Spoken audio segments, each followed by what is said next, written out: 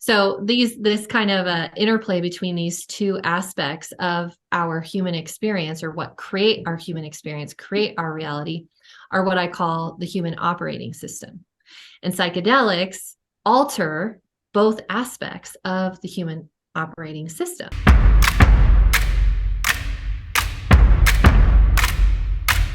Hello, and welcome to Medicine Wisdom. I'm Lena Franklin, modern medicine woman, transpersonal psychotherapist, founder of the East Institute. Welcome to Medicine Wisdom, a radio talk show that will teach you that to journey inward is your highest calling, that you have the power to heal yourself. Your power and purpose exists within your medicine. Your medicine is the gift your soul came here to share with the world. And speaking of good medicine, we have an incredible woman here with us today, our guest, Kayla Osterhoff. And we're going to be diving into human optimization, the neuroscience of plant medicine. Kayla is a researcher, a neuropsychophysiologist, a world-renowned women's health expert. This incredible being is here to help us really understand how psychedelics and plant medicines truly can be a transformative catalyst for our healing and awakening. Welcome, Kayla. Yeah, thank you so much for having me on. I'm really excited for our conversation today. Yeah, so let's dive in. Kayla and I, we actually were both speakers at this wellness event in Austin. It feels like a lifetime ago, but some years back. And Kayla, one of the things I so loved about connecting with your teachings, your presence, the way that you share the wisdom and the work that you embody in the world is that you really sit at this powerful intersection of both science and spirituality. And I would love for you to share some about your story. What are your relationships with the sacred plants? How has this work guided you into being such a powerful female leader at that intersection of science and spirituality, and whatever feels at the forefront of your heart to share? Yeah, thank you so much for that beautiful introduction. Plant medicine has been such an important part of my own healing journey, and really working with the plants and psychedelics specifically started personally for me about 5 years ago or so. And prior to that, I had done several years of research before I was kind of sold to have my first experience and start to navigate through the plant medicine space. So, kind of backing up from there, growing up, I had what would some people would call kind of like a traumatic childhood experience. And my household was very chaotic, and there was a lot of addiction and disease and depression and just mental illness going on in my immediate family at home and with my expanded family as well, and lots of familial trauma going on around those same subjects, especially with the women in my family and in my lineage. And so growing up in kind of a chaotic experience, I became the typical type A go-getter personality, super hyper vigilant, always on the edge of my seat, always on guard. And in a lot of ways, that really served me well because it drove me to be very successful. It kept me, focused in school. I always wanted to be the best, the top of my class, studying in the health sciences. And then it pushed me to excel in my career. And eventually I got my dream job with the Centers for Disease Control and Prevention, working as a health scientist after I finished up my master's, and was really kind of burning the candle on all ends. And I was your classic control freak. Everything in my experience had to be controlled by me, which is super exhausting because, first of all, that's not possible. And secondly, when you're trying to control everything outside of you that is not controllable, and I wasn't controlling the one thing that I do have control over, which is my own self regulation, it really burns you out quickly. And so I experienced full on adrenal burnout a couple years after that.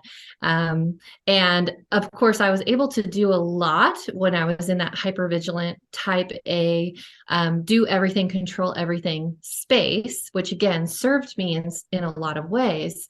But then my health started breaking down, and my mental and physical health were really starting to suffer because I was in this kind of burnout cycle, not just kind of burning through all my resources, not allocating them in a smart way because I was trying to control everything, which can't be controlled. And all the while, of course, not acknowledging that I maybe had these experiences in childhood that shaped me into the way that I am. And there was some things to look at and heal from in those space. I was kind of like, no, just move forward. There's no point in moving back kind of person. So, along with doing a ton of things to kind of heal my adrenals and my hormones and my physical health, and which was a whole long exploration and a topic for another podcast episode. But another layer of that, once I got to like a healthy physical place, I kind of reached this plateau where I couldn't really get any further. And I had also reached this plateau in my career and my own personal expansion and my success. I was at this place where I was just not satisfied with where I was, but couldn't really go any further with both my health and my career and my success and all of these things, relationships. And so at that point, I started kind of researching the plant medicine space because it had, started bubbling up. I saw some really interesting research come across my desk from Johns Hopkins University, Stanford University. And then I started looking at the MAPS studies and protocols. And I was really, really interested in psychedelics and plant medicines for their therapeutic applications, especially for trauma, post-traumatic stress disorder, anxiety, depression, and things like this, which were all rampant in my family. And I always had a fear that at some point, these kind of mental illnesses would creep into my own experience. So after several years of kind of researching and studying and seeing the data and watching documentaries and talking with colleagues who work in the research space with psychedelics, I was like, okay, I am ready to try this myself. And it was interesting because the first experiences that I had were with psilocybin specifically. And the first 3 or 4 experiences that I had, I didn't have your classic psychedelic, seeing rainbows, like really kind of like amazing explosive experience, right? That I thought I might have. However, something really, really profound happened for me and shift for me, starting with the first experience and through all of these first few experiences, which was my body down regulated and fully relaxed for the first time ever in the medicine space. I had never understood what relax actually means. I'd say, oh yeah, I'm relaxing, sitting on the couch, watching a movie or something, right? But I was never relaxing. My nervous system was always on edge, always hypervigilant. And when I got into the medicine space, I didn't have any visuals. I didn't have any profound downloads from God or anything like this. But the most significant thing happened, which was my nervous system learned how to self-regulate for the first time and down-regulate. So after a few of those experiences, what it did for me is it gave me a reference point to finally understand something that I could never understand because I had never experienced it before, which was true down-regulation, true relaxation, true self-care, self-love. And those were things that I cognitively knew what those things meant. And I thought that I had experienced those things before, but I had not. And when I finally got a reference point for it, it was such a beautiful thing because it gave me a roadmap of how to get back there in my day-to-day regular life. And so, my personal psychedelic experiences really helped me to learn how to self-regulate. It trained my nervous system to be more resilient, to turn off when it's time to turn off and slow down when it's time to slow down, and use my internal resources more effectively, more appropriately. And then the evolution just kind of bloomed and blossomed from there. And the experiences I have had the explosive, beautiful speaking to God experiences, and learning about myself, learning about my family, having more compassion for my family and their situations, and having more self-compassion, and more compassion and patience for the world and what's going on in the world. And it has really up leveled, I think, who I am. And it has helped me to become more of who I truly am and move away from all these um, layers and personas and postures that everyone kind of builds up and starts to create this armor around them as they, have experiences through childhood, grow into adulthood. Interact with so many people and situations, we start to mold ourselves into all these ways that are really unnatural. And it's really hard to maintain those, what I'll say are postures, right? They're not natural postures, but you have to maintain them after you've created a persona. And so to be able to kind of take those layers off and start to be comfortable with me and who I am, and just kind of increase my capacity to um, to learn about myself, to learn about my family, to support myself, to support my family, and then also to deepen the learnings that I've had about human health and behavior and understanding mental well-being and physical well-being on these much deeper layers, that now I'm able to, help and communicate others with. Mm, so beautiful. And thank you for sharing that in-depth journey of your relationship with the sacred plants and fungi. And, Yeah. you speak to something that I feel is a really important part of the demystification of what it means to begin to be in relationship with these medicines. And that we may read articles and watch documentaries or even listen to a friend's experience. Yeah. And yet, the medicine works with us in such a specific and individualized way, given what we carry in our subconscious, given what we need medicinally, physically, energetically, spiritually, mentally. And there are so many times that we have clients come in to the East Institute and they have a very similar experience in that their first 2, 3 ceremonies, there's not that magical psychedelic visual experience that there's an Yeah. attachment to, right? And Mm-hmm. and yet there's something so deep and profound happening, that capacity to regulate, that capacity to shift from the story that we are relaxing, that we are in this parasympathetic, rest and digest state, to actually embodying that state is such a massive aha. And that shift from knowledge, right? Because I'm, before I even started this work, again, me too, I researched a ton about it and read and read and read. But that shift from knowledge into embodiment, I see that journey within your journey so profoundly. And I really appreciate you speaking to that.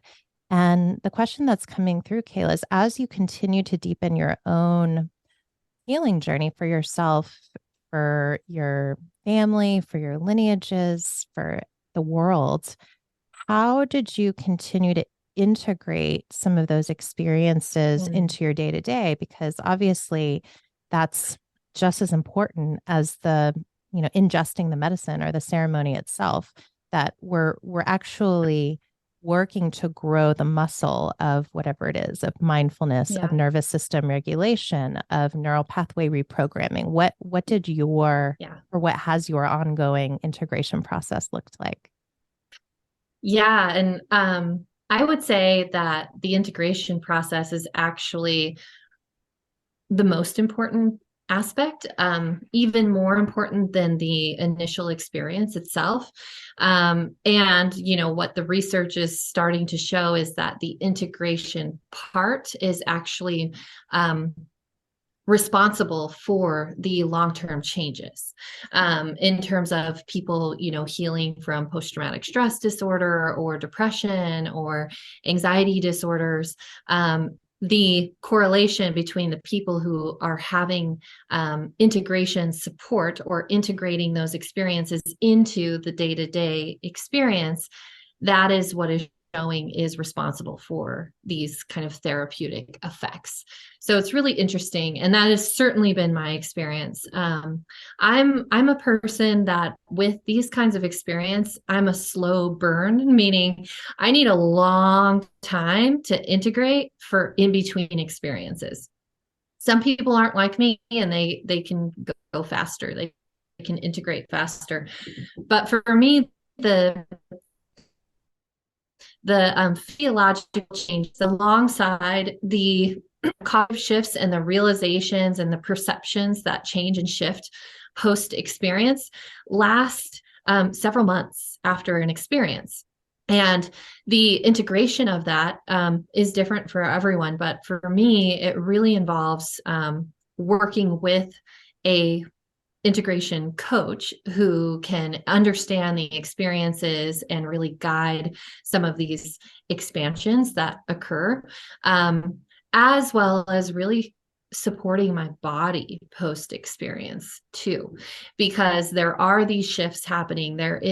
We'll talk about this in a little while, but there's these neurological shifts that are significant that are happening, but there's also some physiological and chemical kind of shifts in the body that need to be supported properly and held and kind of brought back into balance, and set, you could say.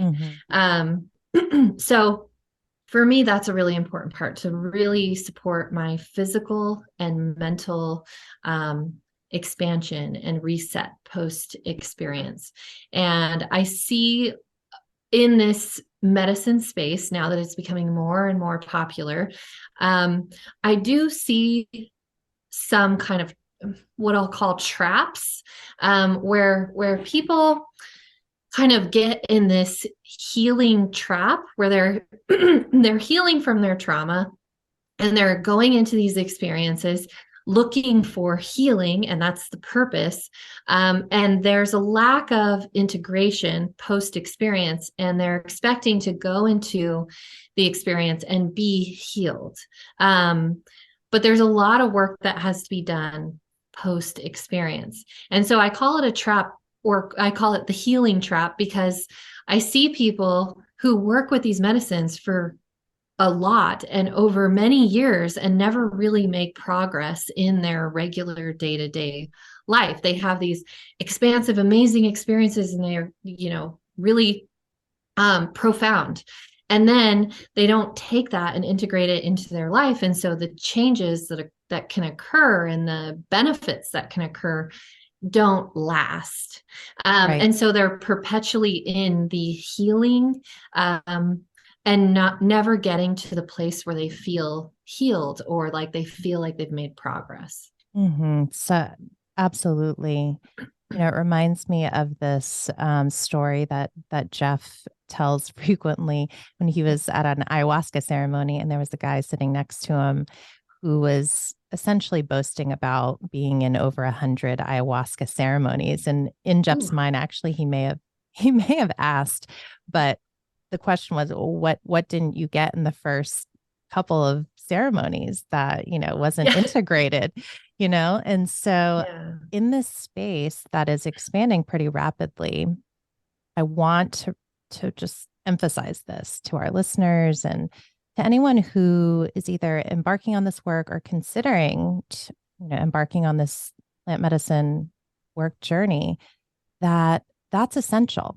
Your soul is here in human form, and integrating the wisdom, the insights, the shifts in perception and perspective and new novel thought processes, that's an ongoing journey. And without that integration, it's just a cool experience, or maybe a challenging experience that didn't actually get grounded into your body and into your mind and into your energy field.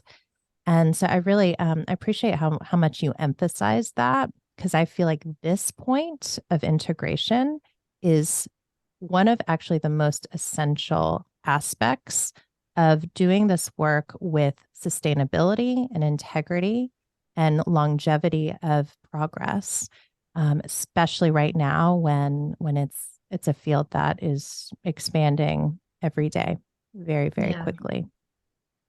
Yeah. And I think one of the other things that I think can be a challenge for people, and there may not be enough awareness around this key part of doing this work, is, post experience.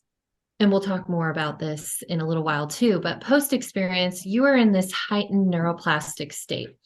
And you are very susceptible or very sensitive to pretty much everything in your environment. So let's say, for instance, a person goes into an experience and they are healing from a dysfunctional relationship. Let's say that's, the topic of their experience in the medicine.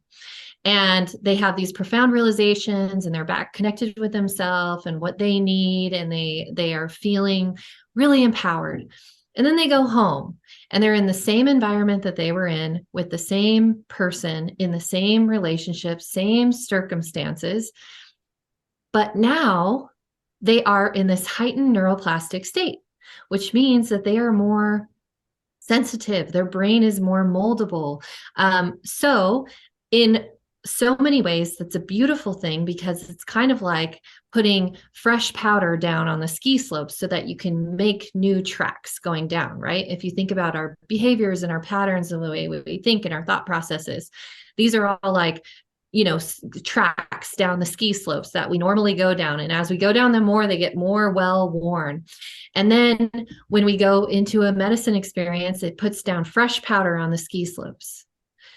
And it gives us an opportunity to change these behaviors, change these thought processes, and change these behavioral patterns that we have that we want to move away from. However, with that, if we go back into the same experience, same circumstances, same situation with the same support system, and nothing really changes about where we're going back into our day-to-day life, there's no integration, then all we're doing is we're actually wearing those old ski slope patterns back down and ingraining them even more deeply than they were before. So there is a risk there that you could ingrain some of these traumatic things or these negative behaviors or negative thought process. You could potentially ingrain those deeper in if you're not supported properly post experience. Yes, I had that visual of the fresh powder and the entrenched tracks. I think that's such an accessible way to really understand what's going on. And absolutely, this is why, you know, actually people come to us a lot, having done all different medicines, ketamine, ayahuasca, psilocybin, all different kinds of medicines. And sometimes we see that actually the trauma response, because of lack of integration, perhaps the same environment, perhaps, their own misunderstanding around the ceremony itself, because of course the medicine speaks very symbolically. And if you don't have someone who's highly trained and a responsible, seasoned guide to integrate, then that can kind of land in one's psyche, one's consciousness in a way that's even more damaging, right? So the essential nature of this is so key. And so for you, on your journey with the medicines, what have you seen in terms of what is most like in terms of tools and body practices, perhaps cognitive tools? What have you seen Mhm. as some of the most helpful ways to continue to forge those new steps down the mountain that you want to create those new neural pathways? Yeah, I think going into an experience and having an intention, not that you have to stick with that. The experience may change and something else may come up, and that's totally fine. Being flexible with that too is important. But having an intention going in so that you are at least guiding yourself in a direction that is going to be fruitful for you and make progress. Then coming out of the experience, having an immediate integration of the experience, whether it be the next morning, the following day, even after the experience, a few hours after the experience, but being able to talk about the experience and reflect on how it kind of matched up with your intention. That's a really important piece that sometimes I think gets skipped, so that you can really start to draw what are those key pieces of information or insight or changes or aha moments that I had that I want to take home and start working on. And then you have kind of your list of things that you want to be reflecting on, that you want to have conversations with other people about, that you want to enforce for yourself. Maybe you had a thought like, oh my gosh, I need to make sure that I get better sleep. That's an act of self love. Like that could be an insight that you got. Well, then you want to keep yourself accountable, and maybe even have an accountability partner to act on that insight and take those messages and those insights that you get and actually put them into practice in your regular life. Because again, if it doesn't translate into your day-to-day life, then it's just a cool experience that you could talk about later, but it's not going to actually make changes for you. Absolutely. Yeah, it reminds me of when I first started the medicine journey, my own healing. Yeah. One of the dynamics that I was working through, and a lot of your story actually resonated with me, as there wasn't a lot of direct trauma in my childhood, but I inherited so much of my um, so much ancestral trauma, especially from my mom's side, who my mom um, she was from Vietnam and really experienced significant amount of trauma, had an Mm. alcoholic and abusive father and was definitely traumatized through different experiences, experiencing the Vietnam War, poverty. So there was this entrenched passed down belief that something is always wrong, that something is always wrong. This hyper vigilant Yeah. belief that ran through my nervous system. And I too felt like, um, you know, I was relaxed, but wasn't actually. Yeah. And so, this idea of something is always wrong was really reprogrammed by my internalization of the belief and mantra that all is well. So Mm. using that, and I remember, putting that sticky note on my mirror and different places in my home. And so, yeah, just Mm. bringing me back to that piece. And we're going to dive deeper into how to continue to reprogram those neural pathways on one's plant medicine journey, including how this work can really be a pathway into human optimization in so many different ways. Thank you, Kayla, for being with us. And if you're tuning in, stay tuned. We're going to dive into practices and the neuroscience of plant medicine after a very short break. Be right back. Welcome back. And we are here dropping in with Kayla Osterhoff, neuropsychophysiologist. And we've been diving into the topic of plant medicine and how working with psychedelics and plant medicines can be this access point into deeper healing and transformation with the proper integration process. So, Kayla, I'd love to deepen this conversation. Can you begin sharing more about, what are these medicines actually doing in our brains and how do they have the capacity to help us?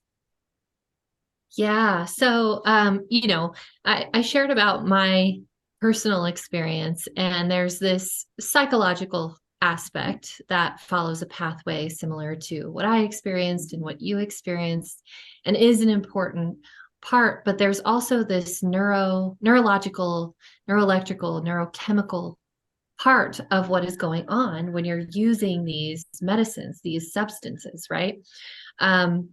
And the research and the psychedelics that I work with and study are serotonergic hallucinogens, which act on the serotonergic systems of the brain.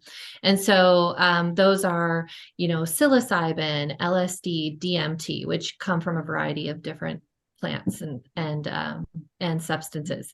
And so these are the ones that have like the vast majority of research besides MDMA, which is another, it's classified as a psychedelic, but it's a little bit different and it works on the dopaminergic systems of the brain. But kind of going back to these serotonergic hallucinogens that we've been talking about today, psilocybin most commonly, and that's the one that is, becoming more and more popular, and it's becoming legalized in some places, and there's more access to it, and it's something that can easily be grown yourself, and it's in its full plant form. So I like to talk about this one the most because it is the one that people are most interested in and most likely to interact with first. So with these different serotonergic hallucinogens, when they act on the brain, there is a few shifts that occur. So one of the shifts is a chemical shift, right? And that comes from acting on the serotonergic or serotonin pathways of the brain. And serotonin is kind of the mood stabilizing neurotransmitter, whereas dopamine is the reward system neurotransmitter. So serotonin and the serotonergic pathways are related to mood stabilization, nervous system regulation, and everything, how all of those pieces kind of come together. And when you're using these substances, they act on the 5-HT2A receptors of the brain, which alter this neurochemical response. And during the actual experience, you have a huge flood of serotonin, as well as dopamine, oxytocin, other neurotransmitters as well. But you have this huge flood of serotonin that comes into the brain, which plays a part in the experience. So it plays a part in potentially having visuals. It plays a part of feeling really good, of having a really elevated mood, and also of having positive perceptions. So, you're having this expanded mental experience, and your perceptions are skewed oftentimes more positively, which can be part of the therapeutic effect. So I'll talk more about that in a moment, kind of the psychological aspect. But there's also an electrical shift of the brain that occurs that is significant, and it's also responsible for this kind of introspective, expanded state in experience that you go into. And that is because there is, across the brain, there is depolarization of these cells, these deep layer pyramidal cells in the brain. And what happens when that depolarization happens is there's a network level change in the way that the brain communicates with other parts of the brain. And so there's this network level desynchronization of connectivity in the brain. So it's across the whole brain. The way that the brain is speaking and connecting to each other is completely shifted. This is why you get this big increase in neuroplasticity, because all of those neural pathways and how all the neurons are wired together and fire together, all that whole thing is altered during the experience. At the same time, that is responsible for shifting. There is more activity of the low frequency bands of brain activity. So delta and theta. Delta is like the down regulatory, it's the most dominant brain wave during sleep. And theta is one level above delta, and it's more of this in between sleep and awake. It's like this dream state. It's this creative place, creative thought processes, thinking differently, thinking outside of the box. That's what theta brainwaves are associated with most profoundly. And at the same time, so there's certain areas of the brain that have more of these kind of low frequency bands activity. So it's moving us out of the middle frequencies like beta, which beta is about being alert and focused and hypervigilant sometimes and stressed, and being working proficiently. That's kind of where beta is. And kind of type A people like me can kind of stay in this high beta frequency all the time, and their nervous system really gets taxed from that. So it brings people out of that high beta, low beta, and more towards those lower frequency bands, the more relaxed states, more creative states. And at the same time, in certain areas like the occipital region of the back of the brain, there's higher activity of gamma, which is the very highest frequency brain activity, which is also associated with creativity. So with that, there are these kind of significant structural changes that increase the plasticity of the brain. And when the plasticity is increased, the brain becomes kind of more moldable. At the same time, there's also kind of this downshift of the default mode network, which is, again, a really important part of the nervous system and self-regulation and fight or flight and stress response and all of those things. So when the default mode network gets to kind of not shut off, but take a break, it allows the nervous system to downregulate and self-regulate. And that was what I experienced personally, most profoundly in the first few experiences that I had, is I had a noticeable change in my nervous system and the ability to downregulate. So that's kind of half of the equation of what's going on. All of these physical changes to the brain do help to create this introspective, expanded mental state where the person can psychologically kind of disassociate from their acute experience and gain a broader perspective. So on kind of that psychological subconscious side of things, there are also changes happening there that change a person's mental state and ability to navigate their situations and heal from trauma and maybe move out of depression, anxiety, post-traumatic stress, attention deficit disorder, things like that. And that is because when you go into a psychedelic experience, it's very similar to the hypnotic state. So one of the things that I do in my research is brain imaging studies. And when you look at the brain images or brain activity of a person in a hypnotic state and in a psychedelic state, the brain activity looks very, very similar. So all of those things I was talking about, where the network level desynchronization and the increase in delta and theta and gamma dominance in those brain waves, is very similar to going into a hypnotic state or somebody who's been hypnotized, right? And so what happens in that hypnotic state is that the subconscious mind, kind of all of these programs that run in the background of our mind that keep us safe and keep us focused. And it's the part of us where, you get in the car and you're talking on the phone and you're eating your breakfast and drinking your coffee, and somehow you make it to where you're going without thinking about it. That's the subconscious mind. It's always has, a million tabs open in the background of your brain computer, and it is keeping everything organized and trying to keep you safe. And it's running based on your experiences in your life.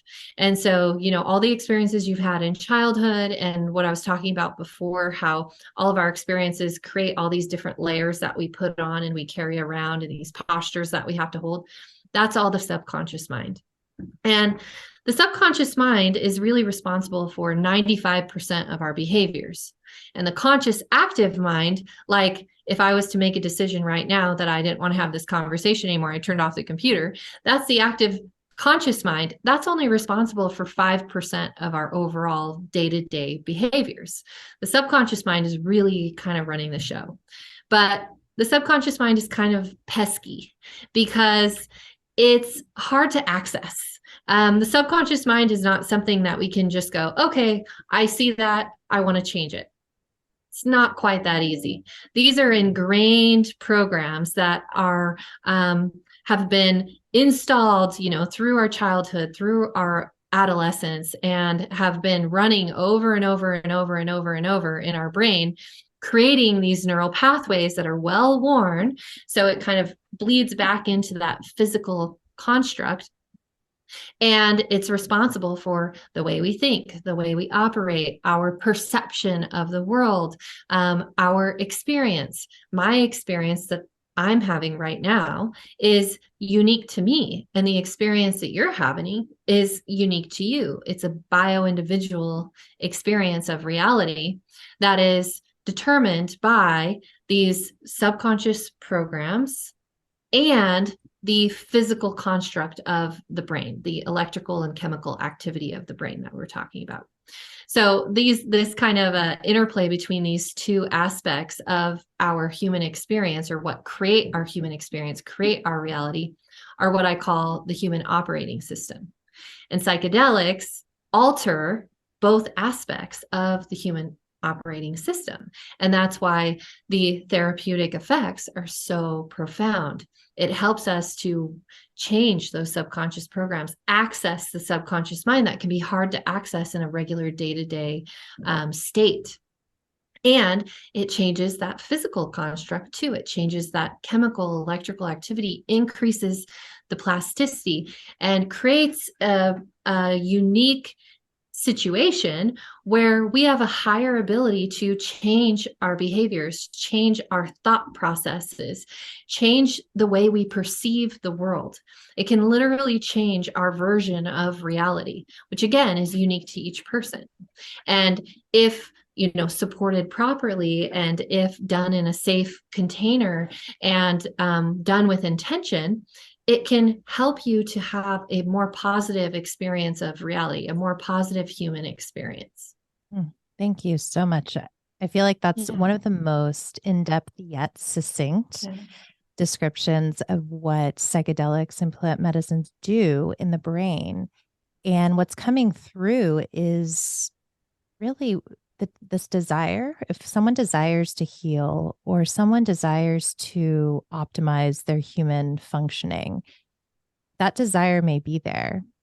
But because of all of those programs running in the background, it can be very challenging to reprogram those, the 95% of the behaviors we have, or the thoughts that we have.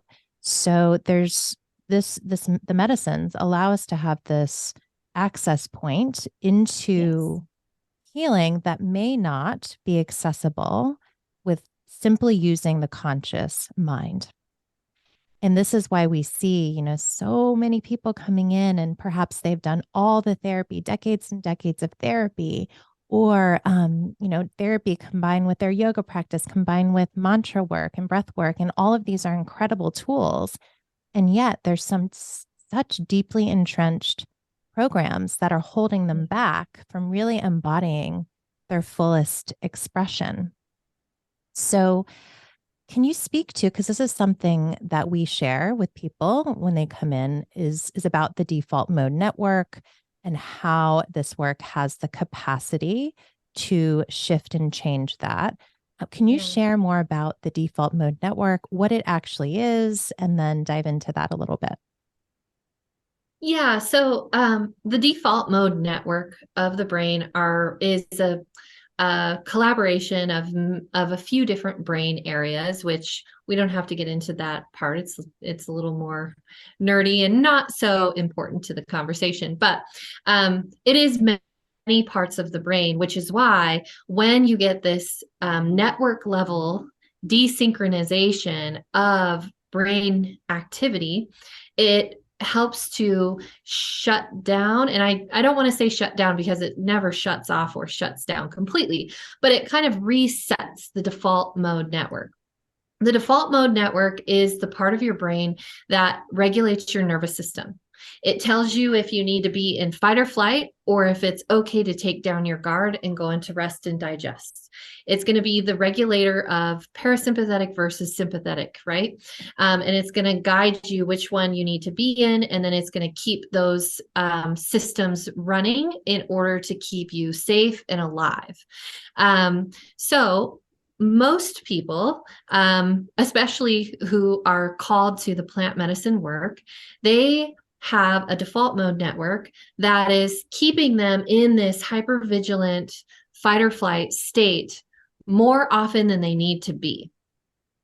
It perceives that there is danger in the environment, whether that be a working environment that the person doesn't enjoy, or deadlines that they feel overwhelmed that they can't meet, or actual physical abuse to them, or it could be something as small, perceivably small as, just having a stressful situation happen or feeling chronically stressed.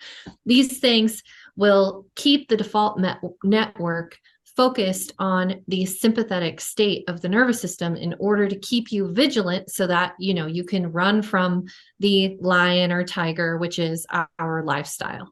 At this point, there is no lion or tiger anymore, but the default mode network doesn't know the difference between a lion and a tiger and a stressful day at work. It's the same kind of perceived threat. So when the default mode network can reset, is what we'll call it. And we'll think about the whole human brain as like this human computer. It's like that physical construct of this laptop that I am looking at right now. I can touch and feel it. It's got wires and electricity and all of this stuff, right?